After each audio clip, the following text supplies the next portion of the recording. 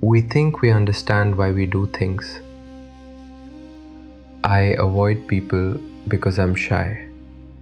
I get angry because I'm triggered. I procrastinate because I'm lazy. Cause and effect, simple. But Adler asked a different question. Not why, but what for.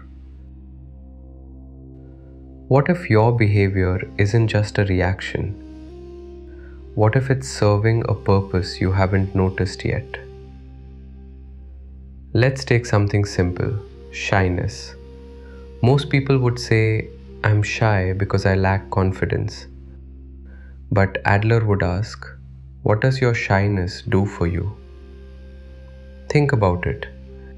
If you're shy, you don't have to speak up. You don't have to be seen. You don't risk rejection.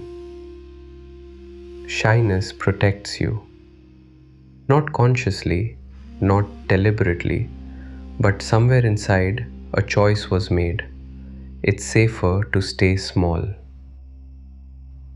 And now, years later, you call it just who I am. But Adler says it's not who you are, it's what you do, and what you do serves a purpose. Let's take anger. Someone cuts you off in traffic, you explode. Later you say, they made me angry. But Adler asks, what did your anger achieve? Maybe it made you feel powerful for a moment. Maybe it released pressure. Maybe it gave you an excuse to act without thinking. Not good or bad, just purposeful. The problem is, when we don't see the purpose, we stay trapped in the pattern. We think, this is just how I am. But Adler whispers, no, this is how you've learned to survive. There's a story. A woman has panic attacks every time she leaves the house. For years, she tries to understand why. Therapy traces it back to childhood, a memory, a fear, a wound, but nothing changes. Then someone asks her a different question. Not why do you have panic attacks, but what do the panic attacks make possible? She pauses, then quietly says, when I have a panic attack, my husband stays home with me. The panic attacks weren't just symptoms, they were strategies, not chosen consciously, but chosen nonetheless. And once she saw that, once she saw the purpose, something shifted. Not because the past was erased, because the present became visible. I want to ask you something, gently, not to judge, just to see.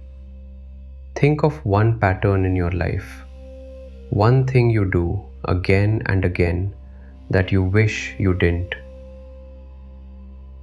Now ask, what does this pattern protect me from? Maybe overthinking protects you from making the wrong choice. Maybe people-pleasing protects you from rejection. Maybe procrastination protects you from failure. Not excuses, just observation. The pattern is not you, it's something you do, and what you do serves a purpose. I've seen this in myself, work anxiety. For years I thought something happened, that's why I'm scared.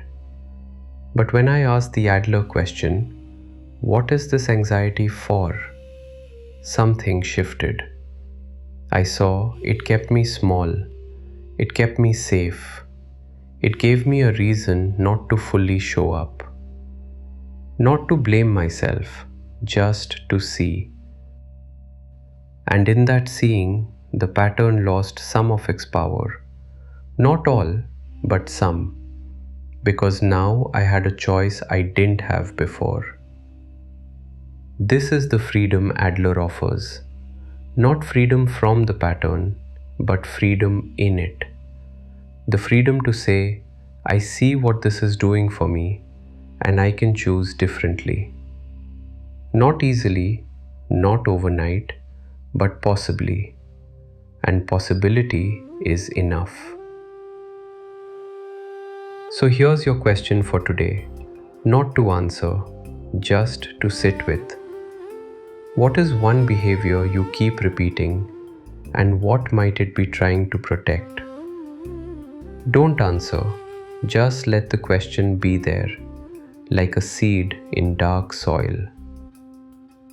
Thank you for sitting with me. If this reached you, share it with someone who's ready to see their patterns differently. Thrive within. Not when the patterns stop, not when you're free.